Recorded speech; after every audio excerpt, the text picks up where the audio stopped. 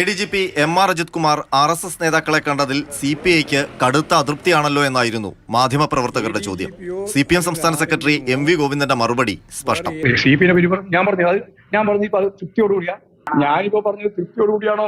ഇപ്പൊ ആരെയാ കണ്ടുകൂടാതെ? ഇനി അത് ചോദിക്കണം.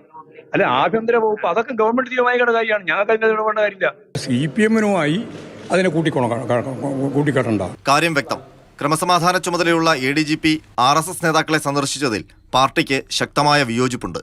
സർക്കാർ, പ്രത്യേകിച്ച് മുഖ്യമന്ത്രി, ഇക്കാര്യത്തിൽ തുടരുന്ന മൗനത്തിൽ കടുത്ത അമർഷവുമുണ്ട്. MV ഗോവിന്ദന്റെ വാക്കുകളിൽ കൃത്യമായി തന്നെ ഈ വികാരം നിഴലിക്കുന്നുണ്ട്. വിവാദത്തിന്റെ ഉത്തരവാദിത്വം മുഖ്യമന്ത്രിക്കെന്ന സൂചന കൂടിയുണ്ട് പാർട്ടി സെക്രട്ടറിയുടെ വാക്കുകളിൽ. ADGPയുടെ RSS ബാന്ധവത്തിൽ CPI കടുത്ത നിലപാടെടുത്തു കഴിഞ്ഞു. അത് മുന്നണിയിലും പ്രതിഫലിക്കുന്നുണ്ട്. വിശദീകരണം നൽകാൻ കഴിയാത്തത്ര പ്രതിസന്ധിയിലാണ് CPM എത്തി നിൽക്കുന്നത്. സമ്മേളനകാലത്ത് ഇങ്ങനെയൊരു വിഷമവൃത്തം തുടരാൻ പാർട്ടി നേതൃത്വം ആഗ്രഹിക്കുന്നുമില്ല. ഇതിനിടയിലാണ് ഇന്നലെ മുഖ്യമന്ത്രി DGPയും ക്രൈംബ്രാഞ്ച് ADGPയുമായും അടിയന്തര കൂടിക്കാഴ്ച നടത്തിയത്. ചർച്ചാ വിഷയം പുറത്തുവിട്ടിട്ടില്ലെങ്കിലും MR അജിത് കുമാർ വിവാദം ചർച്ചയായെന്നാണ് സൂചന. ADGPക്കെതിരായ നടപടികളിലേക്ക് സർക്കാർ കടക്കുന്നു എന്ന സൂചനയെന്നും കൂടിക്കാഴ്ച വ്യാഖ്യാനിക്കപ്പെടുന്നുണ്ട്.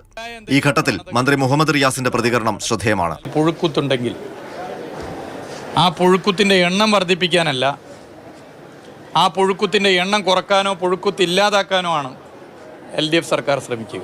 ADGPക്കെതിരായ നിലപാട് കോൺഗ്രസിനൊപ്പം UDFും ഘടിപ്പിക്കുകയാണ്.